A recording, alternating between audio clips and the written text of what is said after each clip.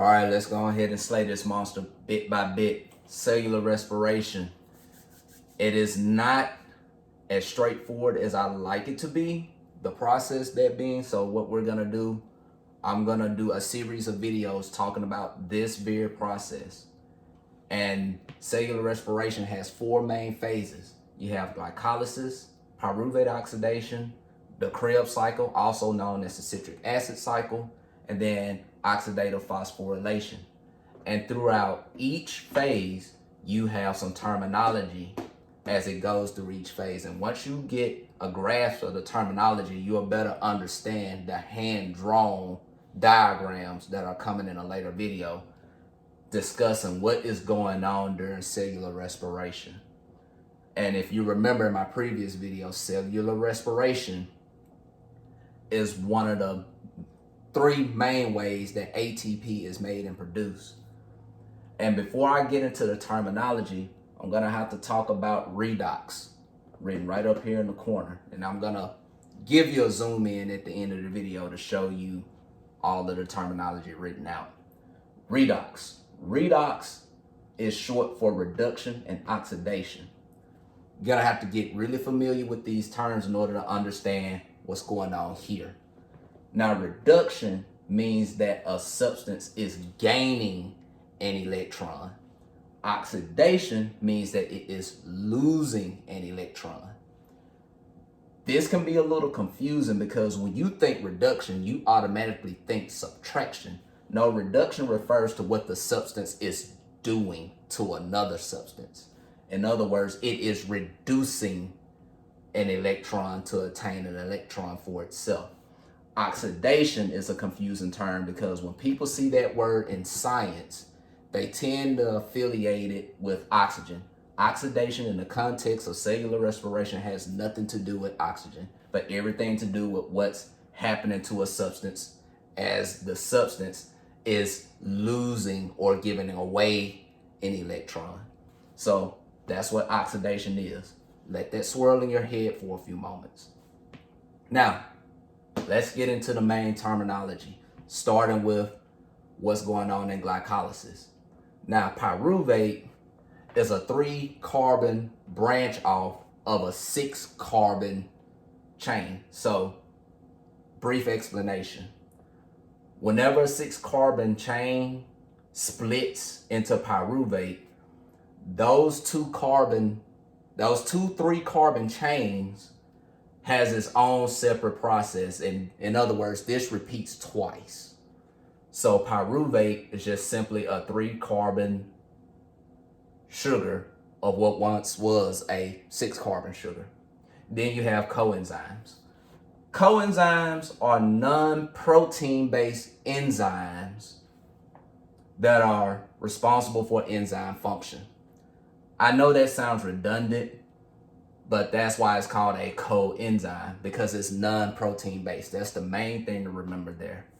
And then we have different coenzymes. You have NADH and NAD. Now, this is where reduction and oxidation comes into play. Now, NADH stands for nicotinamide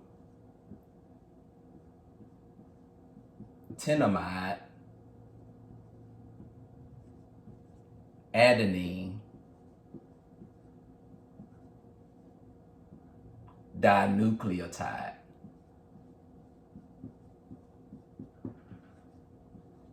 Now you know why we will refer to NAD from now on. That is a tongue twister. But this substance is responsible for shuttling electrons and hydrogen, and it is involved in the main production of ATP. Now, the difference between NADH and NAD+, NADH is the reduced version of NAD because it receives an electron from hydrogen. So that's why it's called NADH. NAD is an oxidized version of NADH because it is losing an electron. Remember that earlier definition. All right, got that in your head. Now we have coenzyme A. Now, coenzyme A is basically just a repetition of definition of coenzymes. Coenzyme A is a substance that's responsible for all things that are happening in cellular respiration. So coenzyme A is gonna come up in future biochemical processes. Then you have this substance called acetyl-CoA. CoA right here stands for coenzyme, which means, yeah, it's a coenzyme. Acetyl-CoA is responsible for shuttling acetyl groups down into the Krebs cycle, and it's also responsible for the biochemical reactions that are in proteins, lipids, and carbs. And I'm gonna go over lipids in a future video. Lipids, it's like another form of fat, but it's a little more complicated than that. But again, that's coming later. And then you have FADH. Oh, there's that H again. Now, if you remember, if it has an H, that means it's reduced, which means it is receiving an electron. FADH stands for flavin adenine dinucleotide.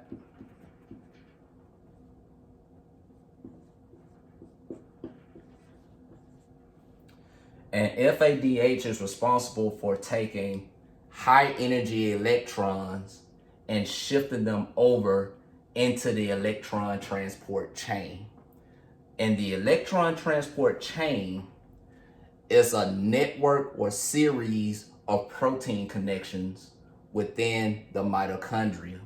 And it is responsible for transporting hydrogens and electrons and all receivers of electrons and all donors of electrons across a cellular membrane by way of protons. So that's basically what the electron transport chain is. That sounds a little confusing, but basically it's just a shuttling of electrons across a membrane. That's the simplest way I can put it. And it does it by way of protons. Now, FAD, just like the same rules for NAD and NADH, FAD is the oxidized version of FAD. Nothing more, nothing less. Which means that it has lost an electron. Then we have what's called a gradient. A gradient is the substance that moves hydrogen across the membrane of the mitochondria. Now again, as I stated many videos earlier, the mitochondria is very important, especially when it comes to muscle contraction, because it's the powerhouse of the cell and muscles require a lot of energy. But anyway, a gradient shuttles hydrogen across the membrane by use of ATP synthase.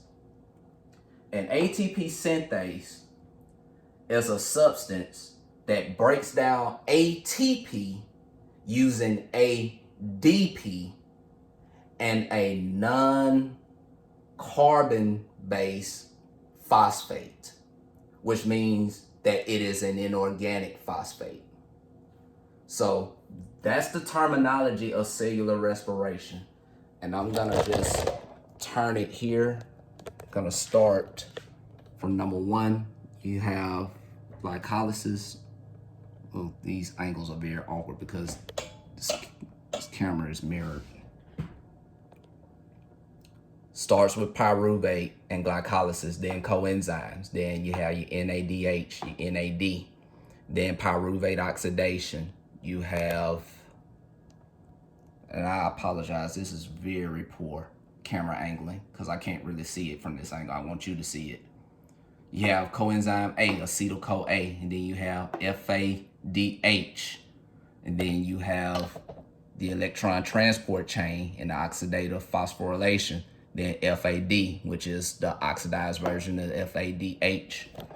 And you come on over, you have your gradient and ATP synthase.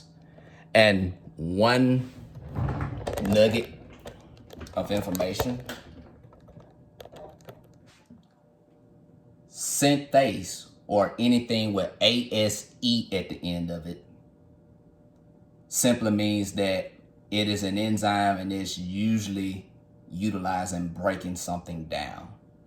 So if it ends in ASE, that means that it's likely involved in some form of a catabolic reaction. Catabolic means breaking down.